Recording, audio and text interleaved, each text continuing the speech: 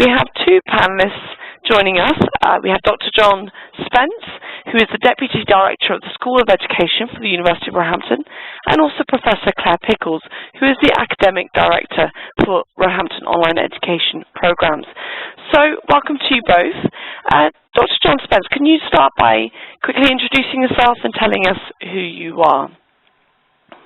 Hello everybody and welcome. As was just said, I'm the Deputy Director of the School of Education, which involves me working with a whole range of different programs at the university, including the online programs.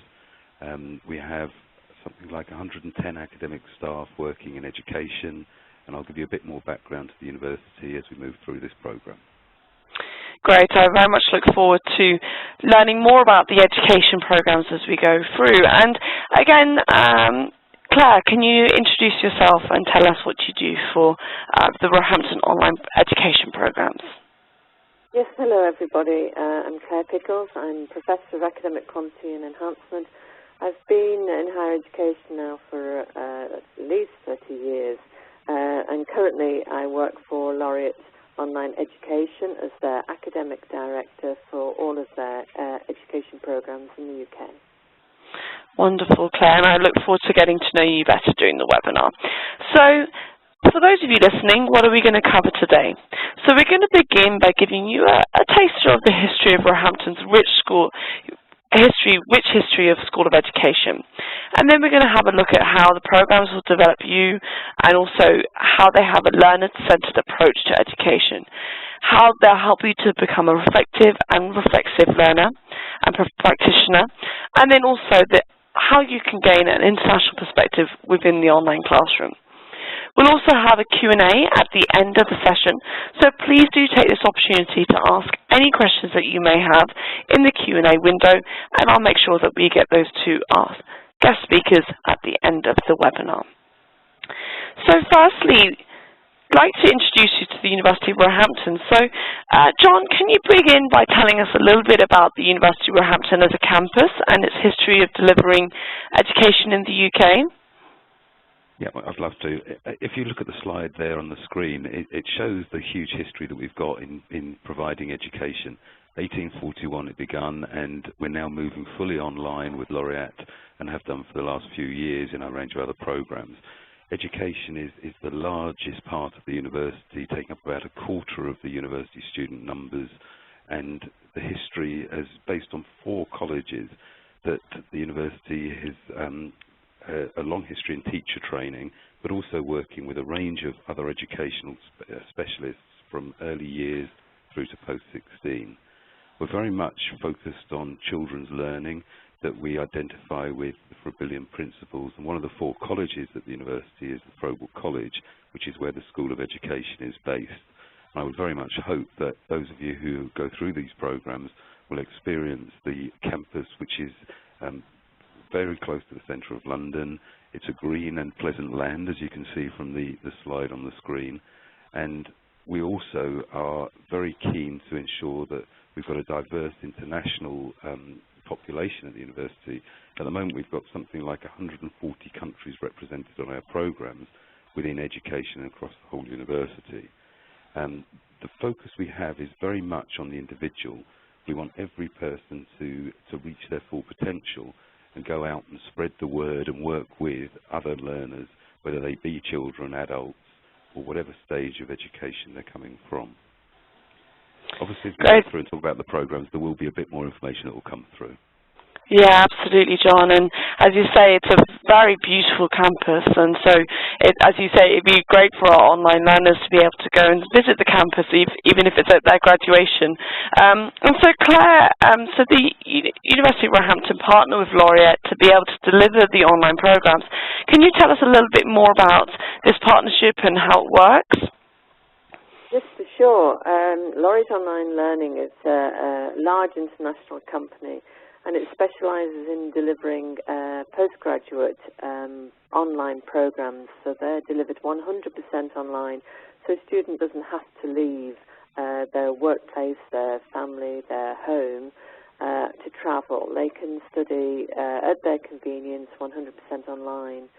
It's a large company. It has partnerships all over the world, different universities. It covers 800,000 students in total. And then the partnership with the University of Roehampton, London, is fairly new, and it's producing a really exciting portfolio of online master's degrees, including the education ones we'll be looking at today. Thanks, Claire.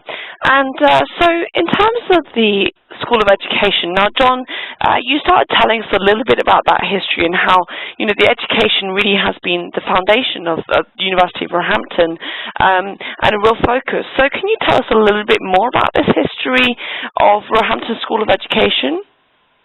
Yeah, if you look at the slide where we've got 4 different pictures there, those are the 4 key campuses within the university. The history of each is based on a tradition of training teachers. We were set up with these 4 colleges to train teachers. We're one of the first colleges and universities in the world to train female teachers, which was based at Froebel College. Froebel College is the centre of education. It's the focus of everything that we do. If you look at the picture there, that's the Grove House, which is the epicentre of the School of Education, where there are lectures, there are seminar rooms, and a whole range of things are studied in those areas.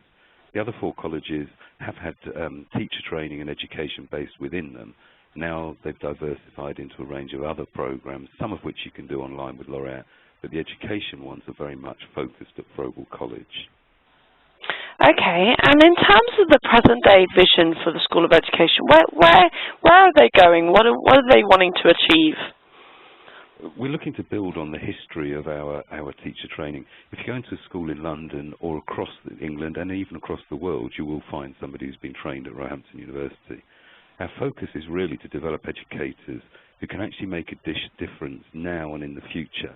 We're looking to enable learners who work with people who've been trained at Roehampton who are going to make fulfill their full potential. We look to support students and the alumni. We work with a number of our alumni to help them become reflective educators who can make a difference, and that's the key focus of what our programs are aiming to do, is to help those who follow the programs to become reflective educators who make a difference for all learners, whatever their age might be. Yeah, and so why did Roehampton then decide to launch education programs online? It was recognition that we've got a massive international market. A number of students come to the campus and study here, and we're looking to be able to have an impact on a wider scale.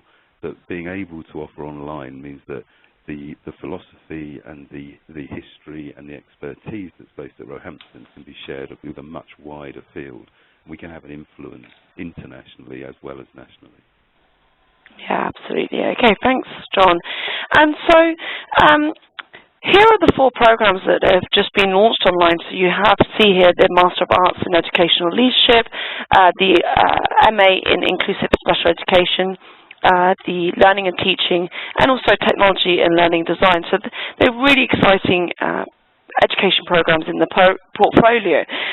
So, Jon, can you start by telling us a little bit about the MA in Educational Leadership and also the MA in Inclusive Special Education, and maybe give us an introduction and also explain who the programs are designed for? Yes, I should say before we start that the 4 programs have some common elements, that we identify that there are common themes which need to run across the 4. So there are core modules which all programs will follow, and then some very specialist modules for each of the leadership, the special and inclusive, the learning and teaching, and the technology and learning design. So the first module is designed to provide learners with an understanding of the core principles about being a professional practitioner. It's important to note that we're not just talking about teachers, we're talking about all educators. And the Master of Arts in Educational Leadership is designed for those who lead in education in whatever field that might be. It may be somebody who is leading in a primary school, a secondary school, maybe somebody who's working in government, looking at leading the whole educational programs within a country. So what we're aiming to do through the Leadership Management Program is look at how somebody can lead the learning environment, the learning, the context in which they're working, and not just focusing on one particular context. So the modules that you'd study would be looking at leadership for learning. So how can we lead those who are providing a learning experience? how can we set up learning communities, and what does the leader do to improve that learning environment for every learner? And other aspects of what we're looking at are research skills. So a leader needs to be able to reflect and to be able to research learning in the particular context in which they're working. So the Master of Arts in Educational Leadership is very much focused on that person who is aspiring to lead and take forward the overall learning of whatever capacity they're working in. The Master of Arts in Inclusive Special Education, again, is designed for practitioners in whatever field. It may be a teacher, it may be somebody, again, who's working in education in the broader sense. And it's very much working with those who may have special needs in education and how we can make that an inclusive experience, not dividing out, not pushing people down one particular pathway, but providing a whole range of experiences and being able to develop the learning environment to suit all types of learner. So two very exciting programs there. And for the other two programs, Claire, could you give us a flavour of those two programs and who they're designed for? Sure. Again, these are designed really for those who are practitioners in education. If we start with the Master of Arts in Learning and Teaching, we know that those who teach have the ability to inspire, to transform lives, and to instigate social change. But to achieve this, the modern practitioner has to possess an awareness of the diversity of learning needs in any classroom and be capable of responding in a way that sparks a connection with those they teach. So this particular Master of Arts, the one in Learning and Teaching, enables students to explore relevant learning and teaching perspectives geared towards looking beyond academic performance and towards understanding the whole needs of the learners. And the final one, one of the fourth Master of Arts that we're talking about today, is the one in technology and learning design, very popular topic at the moment in education. And we know that the way education is designed and delivered is changing, and technology is opening up new models of learning and new channels to deliver that learning and new techniques.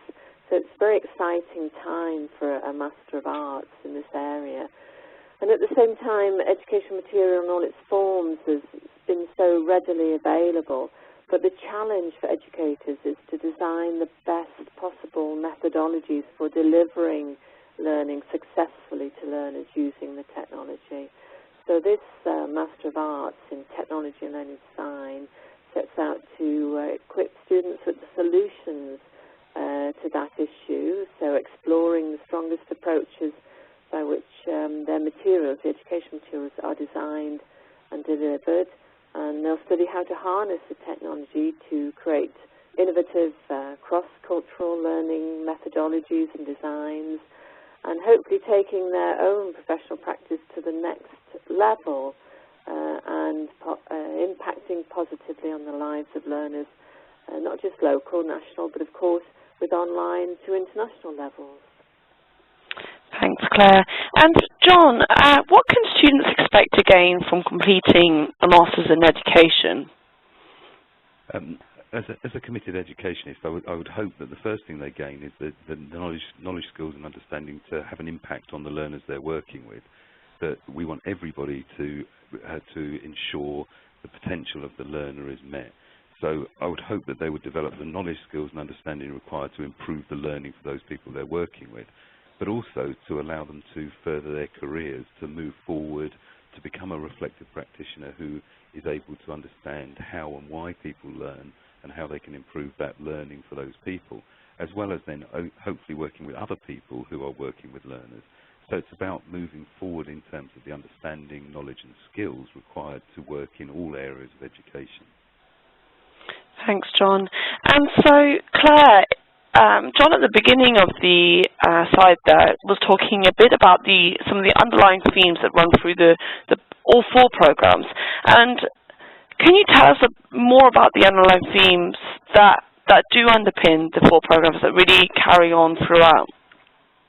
Well, yes, I can talk about one in particular, which is that about professional practice. And I think any of our listeners today, those attending the webinar, will know that if they're looking to find a master's degree, there are lots of different types of master's degree on the market at the moment. They could do one that's very theoretical, they could do one that's very practical.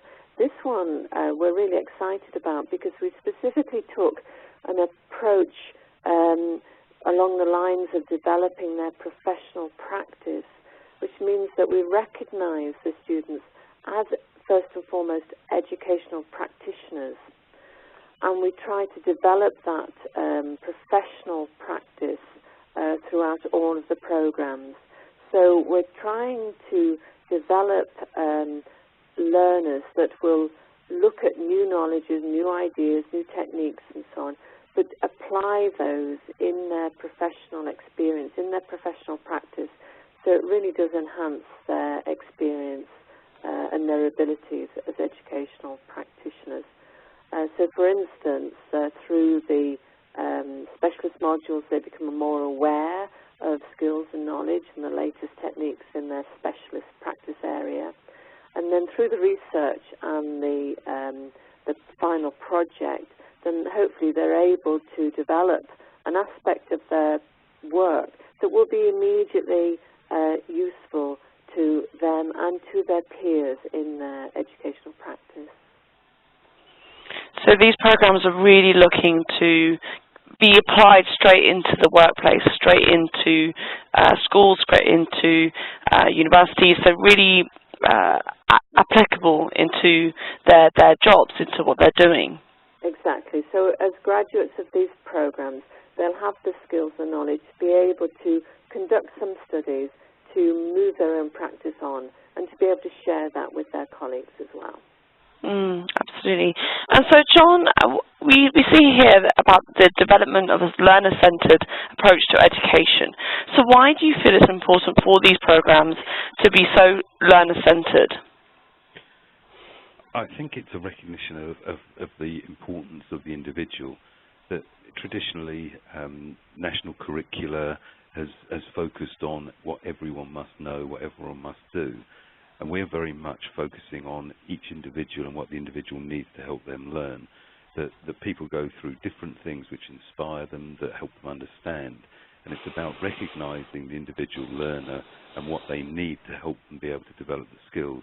And somebody who goes through these programs, all four of them, will begin to understand how important that is, that it's not about educating en masse, it's about developing the skills to be able to ensure that every individual learner has got the right understanding to be able to move their learning forward. Thanks, Jon. And one of the other core themes that run through these four programs is the development of reflective and reflexive practitioners. So, Clare, how are the education programs designed to develop these kind of practitioners? Yeah, this is a very important concept here because as educational practitioners on these programs, they will come across new concepts and new ideas. And the learning is designed such that the students will be able to take those concepts and ideas and reflect upon how they would apply to their own professional practice. And through that reflection, they will come out with new learning that they can then apply. So reflecting on the concepts through their own professional practice is really key to the model, the learning model that underlies these programs. But in addition, obviously at this master's level of learning, we want students to be critical of their own practice, to be able to review what they do and challenge themselves on why they do it, and be open to new concepts and new ideas. And Jon, why is it therefore important to develop these kind of practitioners in education? It's vitally important in a changing world of education, of whatever field it might be, that anybody who's going to educate children or adults needs to recognise the need for development, change, adaptation, depending on the context in which they're working and the people who are trying to learn. That we talk to people who've got 20 years of experience in teaching, but actually what they may not have is the ability to to adapt and develop appropriately. So what we're trying to develop through these programs is somebody who is recognising their own practice, identifying what works, is researching what might work better, because all the time, as a reflective and reflexive practitioner, we need to be looking into what might improve the learning for those we're working with. And do you see education changing internationally over the last few years quite intensely, or is that why there's a bigger need now, or has this always been the case, always needed these kind of practitioners? I think it's got more difficult. I think that historically that we now understand about what education is as opposed to just learning, because we need to be educating and helping those we're working with to fit into an ever-changing world. The field of education changes hourly, let alone weekly, yearly, within a decade. So as an education practitioner, you can't stand still, and that's very much where we're trying to get our learners to get to, is to somewhere where they're able to understand and embrace change and make sure that learners are reaching their potential. Thanks, John. And in terms of the structure of the programs, to help students understand what learning online will be like, Claire, can you explain how these programs are structured and what they can expect? Yes, for sure. Each of the 4 Masters of Arts that we're talking about today, they're all modular programs. So the learning is divided into modules. You can see on the left-hand side of the slide there, the modules are listed 1 to 7, and then we have a professional project at the end, which is double the credits of the other modules. So the students will start with module 1, and they'll work through in sequence through all of those modules through to the final project. Within that, there are some core modules, and then there are specialist modules as well, depending on which area of specialism the student has chosen. And then within each of those modules, the learning is divided into learning units. Each of those learning units lasts for 2 weeks. And within that, the students discover new aspects, new skills, new knowledge, and they will share their learning experiences with their fellow students. So there'll be a variety of activities. There could be some individual assignments. There could be some shared activities. But one of the huge benefits of this learning model is that the students will get continuous feedback throughout these learning units. So it's not a case on these programs as on some other distance and open learning programs that the student waits till the end of the module, till they hand in an assignment before they get their first feedback. So they'll get continuous feedback both from their fellow students, but also from the tutors that are with them throughout all of those learning units. And so how, in terms, are online students therefore assessed? What kind of assessments should they expect? Well, there'll be a variety of assessments. They could be asked to do an essay. They could be asked to do a joint assignment together. Could be a project plan. So they do a short assessment throughout the learning units. Some of the tasks are self-assessed. And then at the end of each module, each 20-credit module, there is a final project which they submit. Now that project will have been developed in part throughout each of the learning units. So it's really, the students have an opportunity to have a go at some tasks which sort of help them learn as they go through the learning units. They get feedback on what they submit from the tutor. They're able to revise that, and then they can submit the particular items of work for their final project for assessment. Okay, and so what's then therefore the difference between individual assignments and shared activities?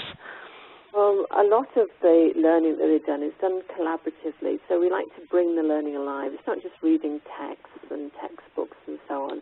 It's actually discussing the learning with their fellow students, and those conversations are assisted by the tutor. So the tutor will check to make sure that students are understanding the concept and maybe help to gear that conversation if we think that it isn't going in the right direction. Now, it's really important that the students join in those shared activities because, again, gain a huge amount from that style of learning collaboratively, plus other benefits of networking with colleagues all around the world and so on. And so we give the students credit for that shared activities and for that shared learning. So the more they contribute, the more they'll get out of it, not just in terms of the learning, but in terms of the grading as well. Yeah, and you mentioned there the kind of collaborative nature of the online programs, and that's another one of the features is the ability to gain an international perspective. So can you tell us a little bit more about how this happens? Yes, for sure. I mean, one of the advantages that I spoke about before of online learning like this, these 100% online programs, is that you can study in your hometown, in your home country, without having to disrupt your work or your family and so on. But one of the particular benefits that students gain from these online programs is the fact that they network with a global student body. So the student group is international. It could be the case that a student is in a group studying a module, and every single student is from a different part of the world. That's very common. In some cases, we do have one or two people from the same country, but most of the time, the group is mixed such that many different countries are represented. So that means that students don't just gain learning from the materials we provide, but there's a huge opportunity for students to share their experiences in their professional practice in their home country, and they share that with the group of students. So you learn an international perspective on each of the topics that are covered as well. And often we see that those networks last far beyond the programs. Students continue with those networks, those colleagues that they've met on the course, well beyond the time that they've graduated. And that tends to be a really good resource if you're given a project to do, or if you want to do a study beyond graduation, and you know that somebody in a different country has done something like that, you've got a ready-made network there of people that you can continue to contact and work with beyond graduation. And can I say that? Yeah, of course. As we designed the programs, we recognised what a benefit that is for our on-site students, that we have students coming from across the world, and we try to build that in to ensure that we are sharing experiences, because no one country has got it right. We all need to be learning, we all need to be developing, and I'd be interested to know if Claire feels that the tutors on the courses will actually learn from their students as well, because we all want to be continuing to develop our understanding of learning. Absolutely, and we do choose the tutors very, very carefully, but the courses are very attractive. It's a very attractive option for a tutor because of that very same point, that they learn from the students as well. I'm currently supervising a group of international students doing their projects, and I'm learning such a lot of the different perspectives of topics that I think that I've known quite a lot of, and getting real insights into how those topics are in other countries. So the faculty as well are both a rich resource, but they also gain from the experience. Yeah, that's a very important point there, that it's, as you say, the learning should come not only between the students but also up into the faculty as well, and that's a very exciting part of the online classroom, is that everyone is kind of collaborating, learning from each other. And Claire, in terms of the interactions that students have, can they interact with each other outside of the classroom as well as inside the classroom?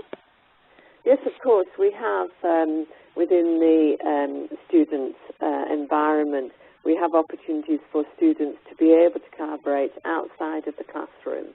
So it may well be that they hear something exciting that a fellow student is doing, or something that's happening in a particular country. So rather than exploring that further within the classroom, there are opportunities outside of the classroom for students to take those conversations further. Yeah. Okay. Okay, and I see that our Q&A has been very busy with brilliant questions, so I really want to make sure that we have time to cover these because wonderful questions coming through. So even before we started the webinar, we had a great question, which was, how have you made your programs to comply with the changing trends in technology? So I don't know who would like to take that question first, or if you both have an input on that. Well, if I start first, I mean, the program's very carefully designed by experts in learning technology, both at the University of Roehampton and also international experts recruited to help with the design of the program.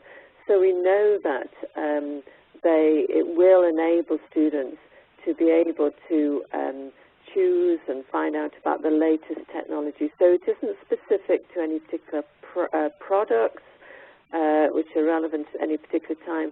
It's more generic. It's more about the educational aspects of learning, the learning design that goes into the environments, as well as students being able to choose a type of technology that they want to explore further.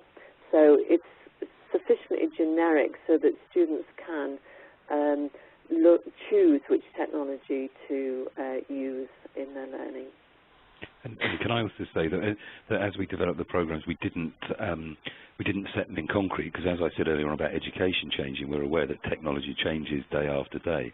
So there's flexibility in there to allow us to develop things using the most up-to-date technology and identifying things that are coming out as the program is being taught. So those people who will be part of the faculty are experts in the field and will understand what's happening, where we're going next. Yeah, so it's an evolving process. It's not set in stone. Yeah, okay. Very much.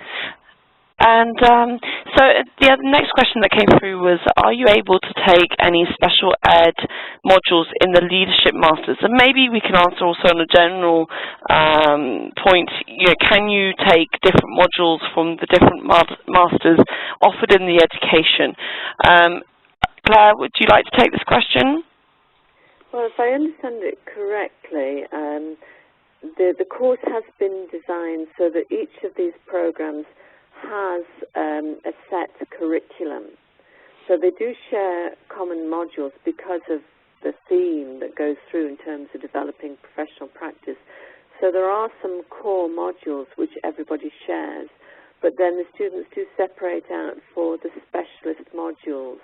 So at the moment, the programs aren't designed so that a student could take a specialist module from another degree title into their program. But obviously, there will be scope in the project for them to be able to conduct a project that's relevant to their professional practice, as long as we're still meeting the learning outcomes of that particular program, that particular Master of Arts degree title. Okay, thank you. And in terms of, the next question is, what is the balance of theory and application of theory in real context?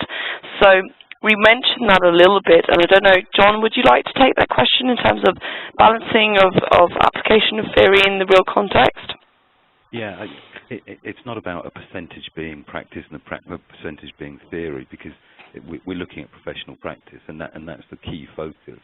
So everything that we look at in theory, we will be looking to be able to apply it to practical situations, which is why we're looking for practitioners in each of the master's programs, so that they aren't just looking at the divide between theory and practice.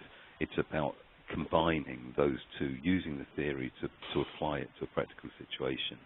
So I think I'd like to say it's 100% of both rather than a 50-50 split, because we need to combine the two.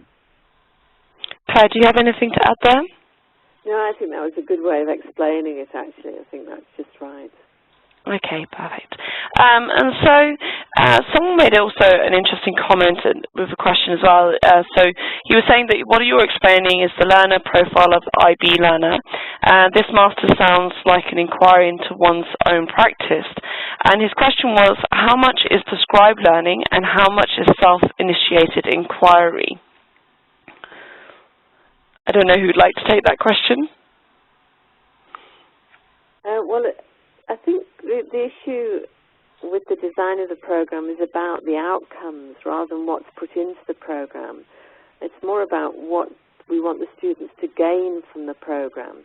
So we want the students, so we do make available the skills and knowledge and concepts that we feel that students at the master's level. So the program does take students from an undergraduate level to a master's level in the first instance in terms of being a critical practitioner. But through the tasks that they do, through the learning units and through the project work, and obviously we want the students to enhance their own professional practice.